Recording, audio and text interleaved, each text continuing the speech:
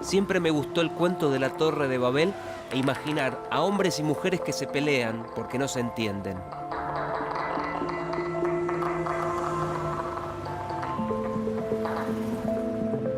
La sociedad, que parece vivir constantemente en esa tensión, busca códigos para desentrañarla y apela a las medidas, uno de los mejores dialectos para entender el mundo.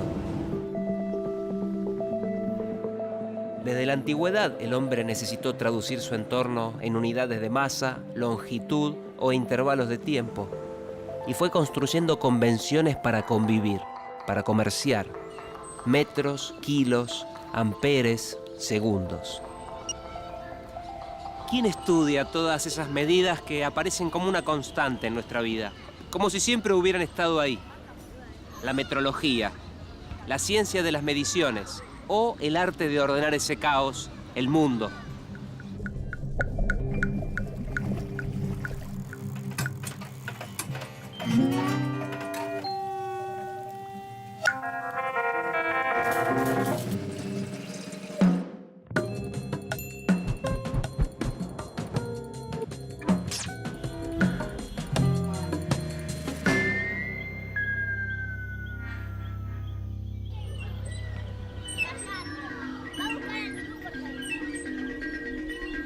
¿Qué querés ser cuando seas grande? Las respuestas pueden ser tan diversas como chicos juegan en esta plaza, pero seguramente ninguno de ellos gritaría: quiero ser metrólogo. Yo quiero ser médica, diseñadora de moda, maestra bailarina, veterinaria, carpintera, electricista, carpintero, fotógrafa. Ellos no lo saben aún, pero en cada una de las profesiones y oficios que están nombrando se necesita de las mediciones. La metrología es una ciencia escondida, una de las menos conocidas.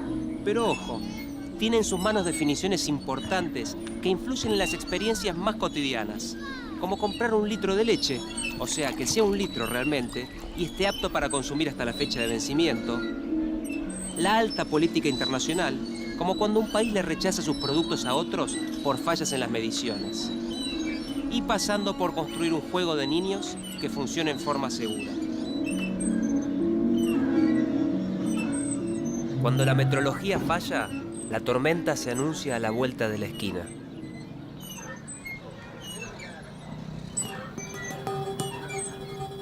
El 11 de diciembre de 1998, la sonda Mars Climate Orbiter partió desde Cabo Cañaveral para estudiar el clima de Marte. Recorrió 600 millones de kilómetros en 9 meses sin problemas. Pero ni bien llegó a la superficie del planeta rojo, se estrelló. ¿Qué pasó ese 23 de septiembre de 1999? ¿Por qué una sonda que estaba preparada para sobrevolar Marte se precipitó y explotó?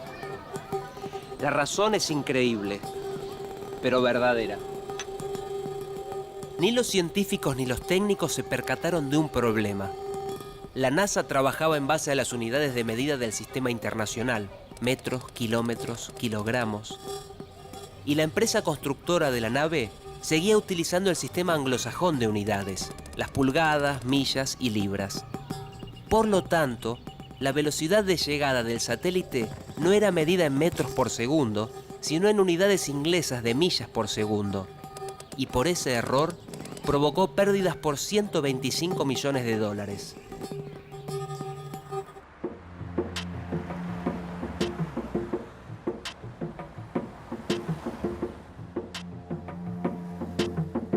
La variedad de situaciones sobre las que opera un metrólogo es diversa. Se trata de un científico que está en todas partes, en los detalles de un viaje espacial, detrás de la fabricación de cualquier auto, también en lo que haya cargado en su tanque de nafta, o en la fábrica de una simple botella de agua mineral. Pero, ¿qué hace un metrólogo?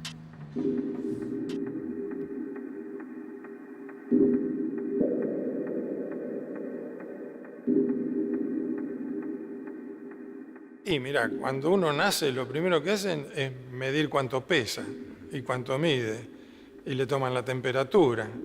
O sea, en el ámbito de la salud es fundamental. Como es importante medir bien en el comercio, porque uno paga y eso hace a todo lo que un país puede llegar a recaudar.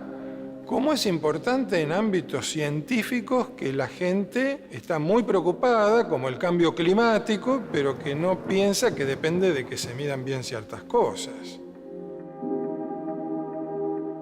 Lo que queda en la escuela generalmente es que es comparar contra patrones, pero depende de muchas otras cosas, más que del patrón.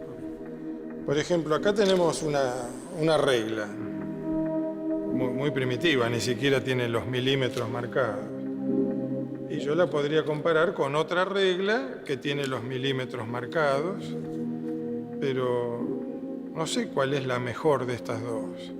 Necesito un patrón que puede ser este bloque patrón, que este sí tiene 100 milímetros, 10 centímetros, pero según quien mida va a dar valores distintos. Yo mismo puedo medir varias veces y me da valores distintos.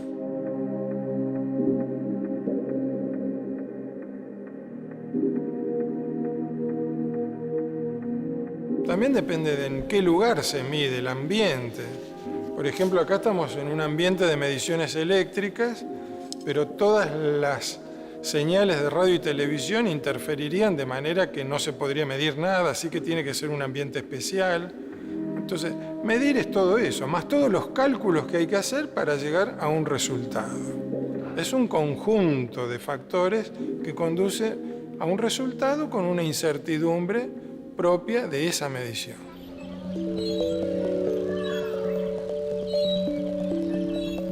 En la metrología no solo es importante medir, también hay que llegar a acuerdos a nivel nacional e internacional. Suena básico, pero no lo es. La Babel de las sociedades también puede ser un territorio sin criterios unificados en las medidas. A los seres humanos nos cuesta mucho ponernos de acuerdo, aún en cuestiones elementales, como que todos los tornillos y las tuercas sean fabricados en base a las mismas unidades, o que todos los enchufes eléctricos sean iguales y no se necesiten adaptadores. En el principio de la historia, cada aldea, y más adelante cada país, concebía sus sistemas particulares de unidades para las mediciones. Fue a fines del siglo XVIII, durante la Revolución Francesa, cuando se acordó el sistema métrico, ese que conocemos en la actualidad. 40 años después, en 1840, se imponía entre los científicos parisinos. Era necesario. Había que ordenar los intercambios comerciales. En 1875 se firmó la Convención del Metro y se creó la Conferencia General de Pesas y Medidas, que recién tuvo lugar en 1889. Allí se tomaron decisiones trascendentales para la metrología. En el encuentro se unificaron los criterios de medición en base al metro y al kilogramo, y se convocaron a todos los países para que se reunieran cada 4 años. Como la metrología es una ciencia en constante movimiento, luego se abordaron las mediciones eléctricas de tiempo, temperatura, radiación, luminotecnia y hasta las mediciones químicas. Los científicos juegan, como los chicos, pero usan otros juguetes.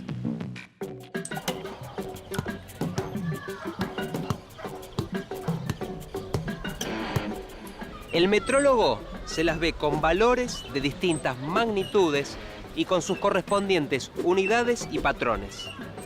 En estas 4 palabras se encierra el secreto de las mediciones. Se denomina magnitud a los atributos de un cuerpo o substancia que pueden distinguirse de manera cualitativa y determinarse de manera cuantitativa. Más fácil. Nos referimos a cosas como la longitud, el tiempo, la masa o la temperatura. Un ejemplo. El peso de esta pelota tiene que ver con su masa. A ese atributo, mensurable, lo llamamos magnitud. Y al resultado de la medición, casi medio kilogramo, se lo denomina valor.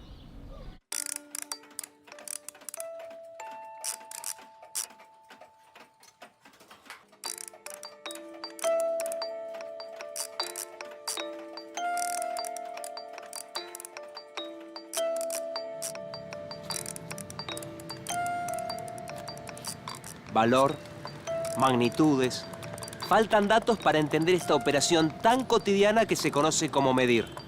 Hay que remitirse a los patrones, pero antes, definir las unidades.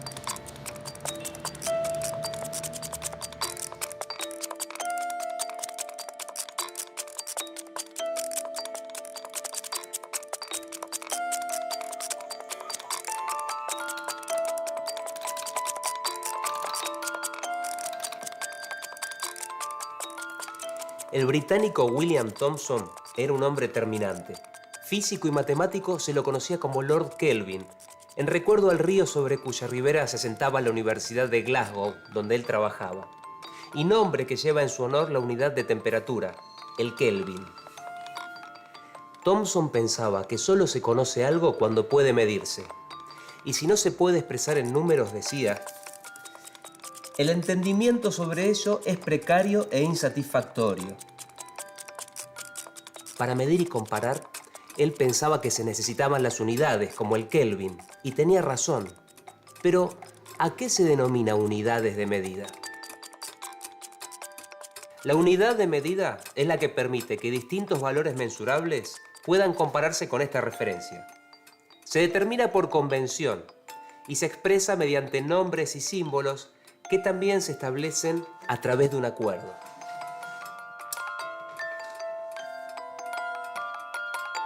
Por ejemplo, el tiempo se mide en la unidad conocida como segundo y la longitud en metros. En kilogramos, en tanto, se mide la masa. El Kelvin, el del Lord inglés, es la unidad de temperatura termodinámica. La corriente eléctrica se mide en amperes y la unidad de intensidad luminosa es la candela. El mol, la última de las 7 unidades básicas, es la unidad de medición de la cantidad de materia. Todas estas son convenciones. Ahora bien, ¿cómo se determina su valor? En el patrón está la respuesta.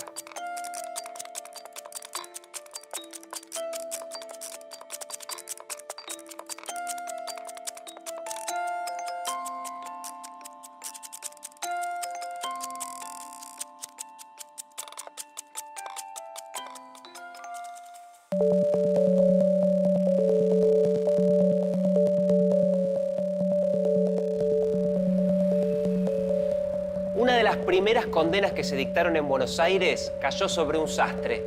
El crimen vendía telas. Pero esas telas que vendía las medía con una vara adulterada. Su metro era más corto que todos los metros. Toda unidad que nos sirve para medir y comparar tiene como referencia un patrón de medida acordado internacionalmente.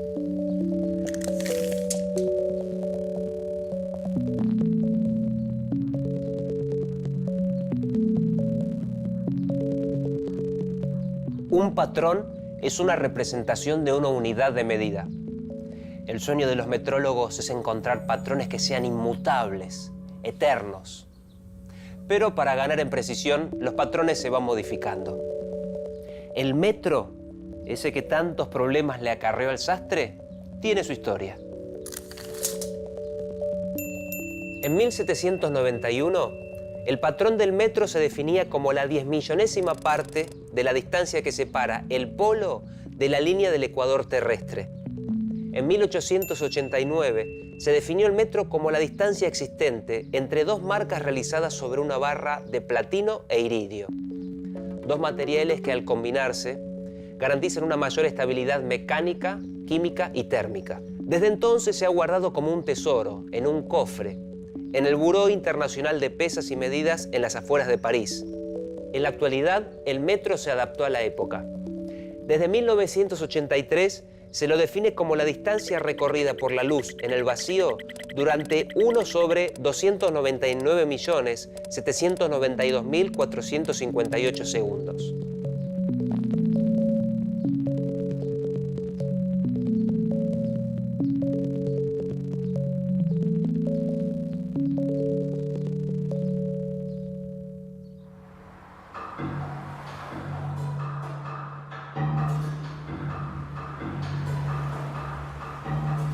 Cada ciencia tiene su norte y la metrología busca la exactitud. Este puente mide 165,7 metros de longitud. ¿Pero será así realmente? No es tan simple de resolver. La clave está en la incertidumbre asociada a la medición.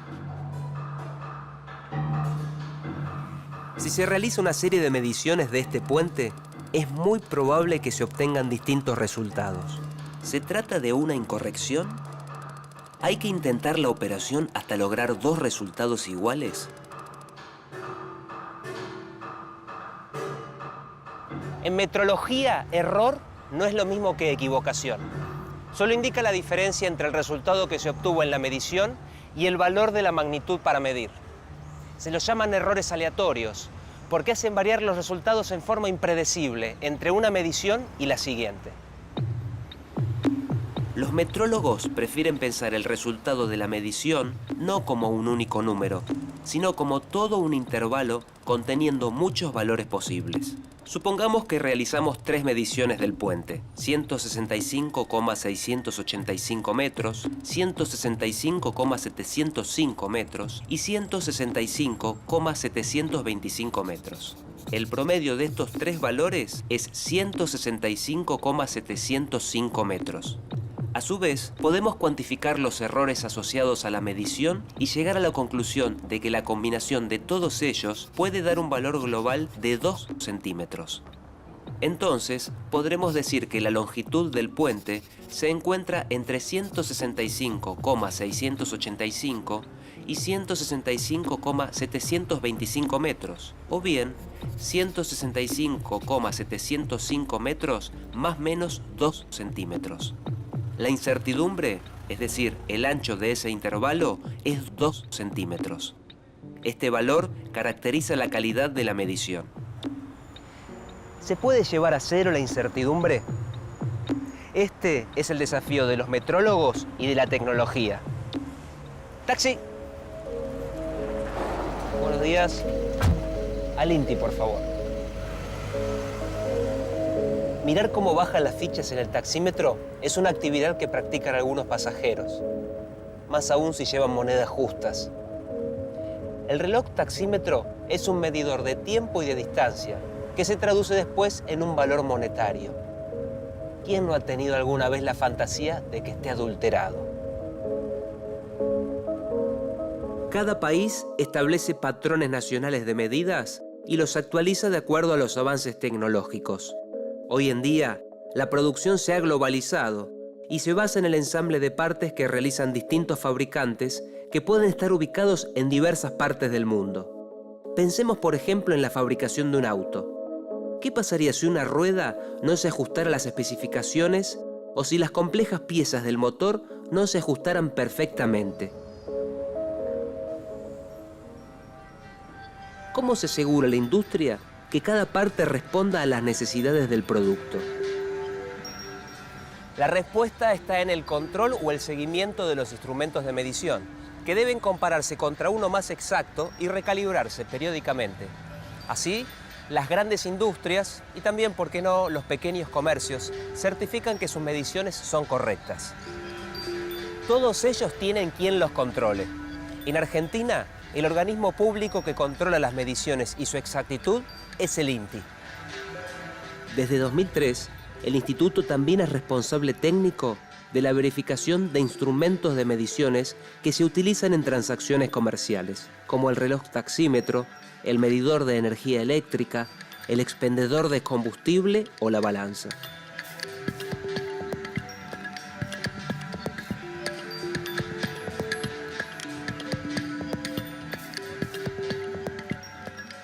Pero acá, cuando hablamos de mediciones, de trazabilidad metrológica, nos referimos a que todas las mediciones tienen que estar referidas a un patrón que es lo mejor que se dispone y que ese ya no tiene otro patrón al cual referirse. Por ejemplo, cuando hablamos de este bloque patrón, este no es el mejor de todos. Hay bloques de mejor calidad que este.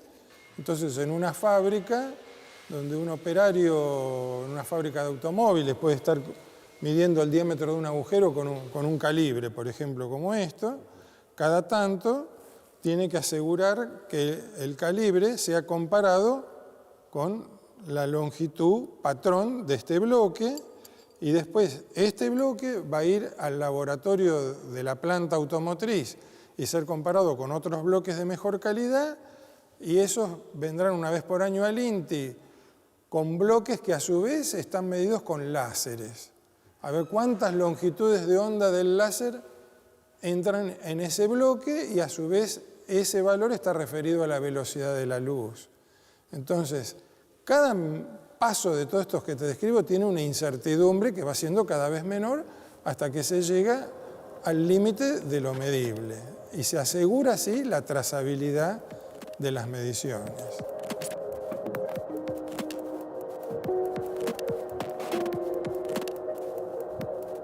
Las medidas que se toman en el INTI y los avances tecnológicos de los instrumentos de medición tienen impacto en la vida cotidiana de cada persona y en las decisiones del Estado.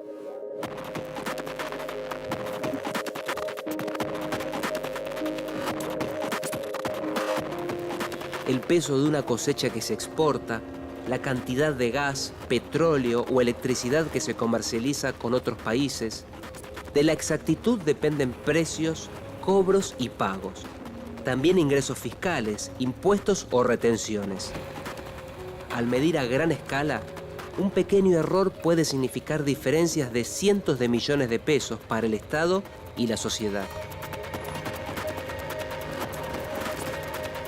Entonces, si la producción de soja de este año asciende a 50 millones de toneladas, un error del 0,5% en las balanzas que pesan la mercadería en el puerto representaría 250.000 toneladas. Y a un precio de $500 la tonelada, las pérdidas se elevarían a 125 millones de dólares. Matemática pura. Los números no mienten. ¿Qué relación guarda un metrólogo con la seguridad? La respuesta no hay que buscarla en las páginas policiales del diario. Más bien, habría que ir a las de sociedad. Sí, a las de sociedad.